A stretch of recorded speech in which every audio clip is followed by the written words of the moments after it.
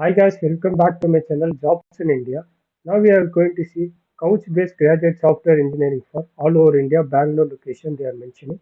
Qualification will be if you are experiencing Go Python and you can hack like a C++ as well as education be in ME, mtech and computer science fundamental. So self-motivated, independent, high performance individual. You learn quickly and enjoy worthily. And this is all they're expecting from 0 to 2 years.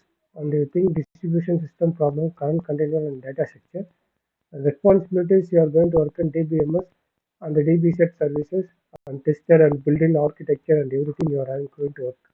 Good to have might be a real world function programming experience must be there. This is all the common contribution and everything.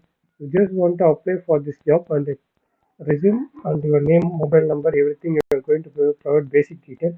After providing, you may get exam link, start writing and get selected. If you are selected, put it in the comment section. It will be helpful for others to show. You should have any programming skill with good certification. It will be helpful in selecting in resume. So if you have any doubt, comment me in the comment section. Thanks for watching this channel.